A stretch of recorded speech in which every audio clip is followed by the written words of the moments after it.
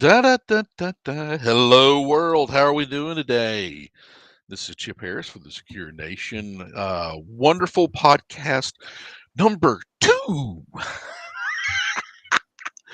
Kim, we made it past the first one, so now we're on to the second one. I can't believe it. Maybe we'll go on for a full season at least. Your backdrop is different. I think usually you have a fake backdrop, and now your backdrop is authentic or Yeah, something. this is the real world and everything that's actually behind me. It's been on fire the past couple days. There's been so much cybersecurity things happen in the news, and having to keep up with stuff. And since I deal with critical infrastructure and trains, planes, and automobiles, the fun just hasn't stopped in 20 something plus years.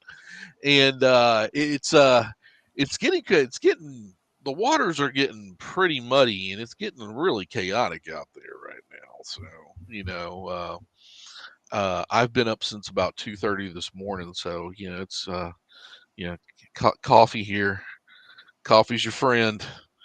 So I'm about two pots in and about four candy bars. So I'm living the dream, living the IT cybersecurity dream. How are you?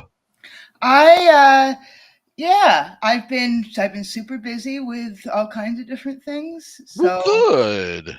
yeah, but later today, I have a meeting with a bunch of friends, and we're gonna go wander around a park. So I got that to look Nice. forward Go to. touch grass. It's always a good thing. Well, if it wasn't from the social groups I get myself into, I wouldn't leave home. So Well, yeah, I know the feeling. It's yeah, yeah. My I have a wonderful family that understands what it is that I do, and there's also those, they also understand like daddy needs to walk away from the computers for a while, and for good reason. You go sometimes sometimes there's so much that goes on. You need to have time for your mental health in your mental health space.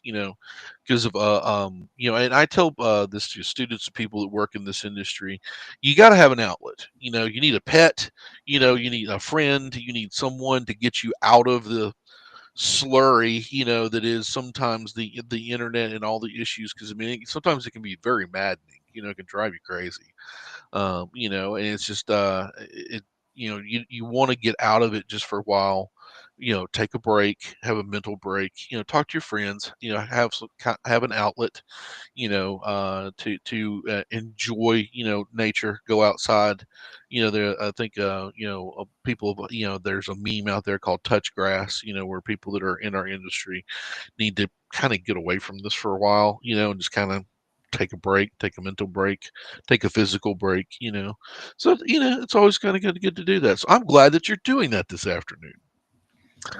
I spent this morning playing a video game that was about cutting grass. So lawn mowing simulator. It's on Steam. There is a video game for everything now, I think, at this point. So that's more grass, but it's fake grass because it's a video Fake game. grass. Remember there was I think the evolution of some of these games is hysterical because now we have the gamification of cybersecurity. There is one called Red versus Blue that's on Steam, and it teaches you, which is really neat. This is some of the stuff that you would do for penetration testing. This is some of the stuff that you would do for blue teaming.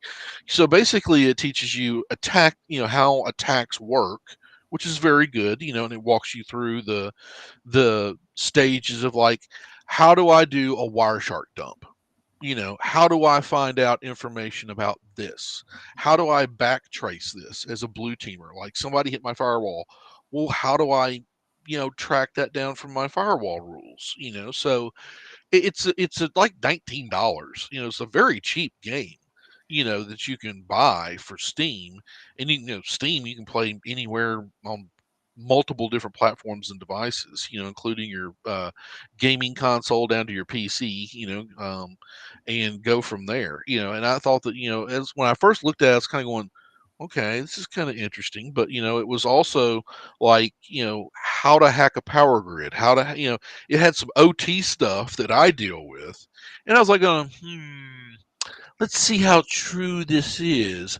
And it actually was. I was very surprised. I was like going, oh, This is actually pretty interesting because it is teaching you, uh, some of the stuff that you would use to be able to learn these vectors of attack, how these attacks work, and so forth.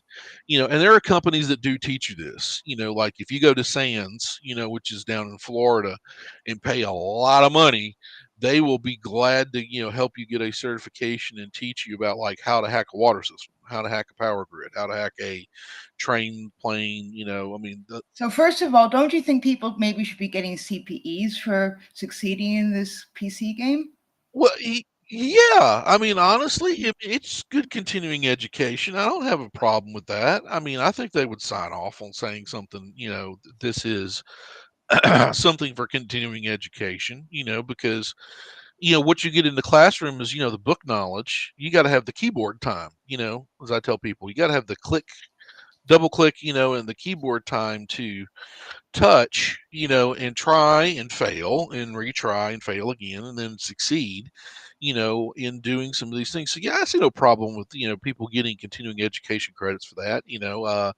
I'm in the process of getting my master's degree, and right now I'm writing a bunch of white papers. That's all I'm doing, they Now, give what me. about you're saying that this game depicts these scenarios very accurately, even the Mhm. OT ones. Didn't when they made Mr. Robot, weren't they careful not to provide the viewer with enough information to completely complete the cyber attack Yeah. So I successfully? I watched the first season, and I thought it was really cool, and they put some really good scenarios out there, but they didn't show like, how and what applications they were using to do all that, Right, they had to Uh, keep some of the stuff out of the show, so yeah. they weren't, So like, teaching viewers how to disable nuclear power plants and yeah, stuff. like this is how cause a DR site to completely overheat, and melt all the backup tapes, and stuff like that. They didn't show, the applications they were using and everything. They would always cut to commercial or cut to something else and everything.